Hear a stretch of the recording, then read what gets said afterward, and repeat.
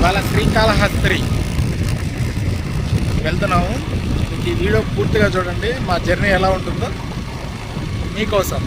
వారంతా మెలికలు అంటే స్ట్రైట్గా ఉండదండి, రూట్ బాగుంటుంది. కాకుంటే మేమంతా ఫారెస్ట్లోనే వెళ్ళాలి. చూసారా, దట్టమైన అడవిలో వెళ్తున్నాము. ఇది మేము వెళ్ళే రూట్ అండి. చూసారా, మొత్తం ఫారెస్ట్లోనే వెళ్ళాలి. ఇంకా మీకు మంచి మంచి వ్యూస్ చూపిస్తానండి. మాకు ఇక్కడ నుంచి 40 కిలోమీటర్స్ వస్తుంది శ్రీకాళహస్తి. అక్కడికి వెళ్ళిన తర్వాత మంచి మంచి వ్యూస్ అన్నీ మీకోసం. అందరూ చూస్తున్నారు కానీ లైక్స్ సబ్స్క్రైబ్ చేయట్లేదు, చేయండి. ఇంకా మంచి మంచి వీడియోలు చేసేదానికి నాకు కొంచెం మోటివేషన్ ఉంటుంది. మేము వెళ్ళే దారి అంతా ఇలా అంటే స్ట్రైట్గా కాకుండా మెలికలుగా ఉంటుంది. ఇలా అన్నమాట. రోడ్డు సూపర్గా ఉంటుంది. కాకుంటే వెళ్ళే దారి మొత్తం ఫారెస్టే అండి. 40 కిలోమీటర్స్ ఇలానే వెళ్ళాలి.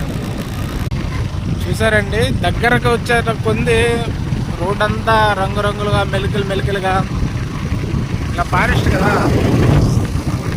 మొన్నే వర్షం పడిందండి. చూసారా, ఫారెస్ట్ అంతా ఎలా చెట్లు కలకల్లాడుతున్నాయో కొత్త చిగురులతో.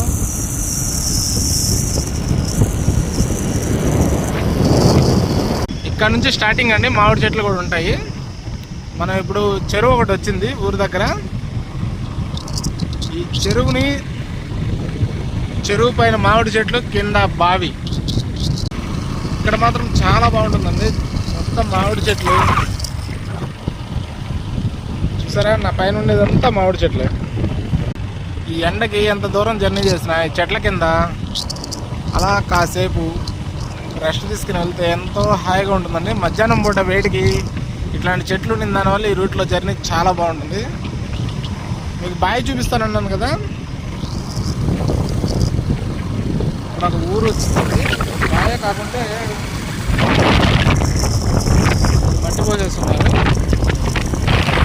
ఒకటి ఉందండి. సరే, మామిడి చెట్లు ఎంత ఎగురుతూ ఉన్నాయో. ఇది పెద్ద బావి అండి, ఈత కొట్టేదానికి. ఎండాకాలం ది బెస్ట్. కాళహస్తి వెళ్ళేది బెస్ట్ అయిన బావి. చూసారా, మొత్తం మామిడి చెట్లు, టెంకాయ చెట్లు. ఇప్పుడు దాకా ఫారెస్ట్లో వచ్చాం కదా, ఇప్పుడు ఇది.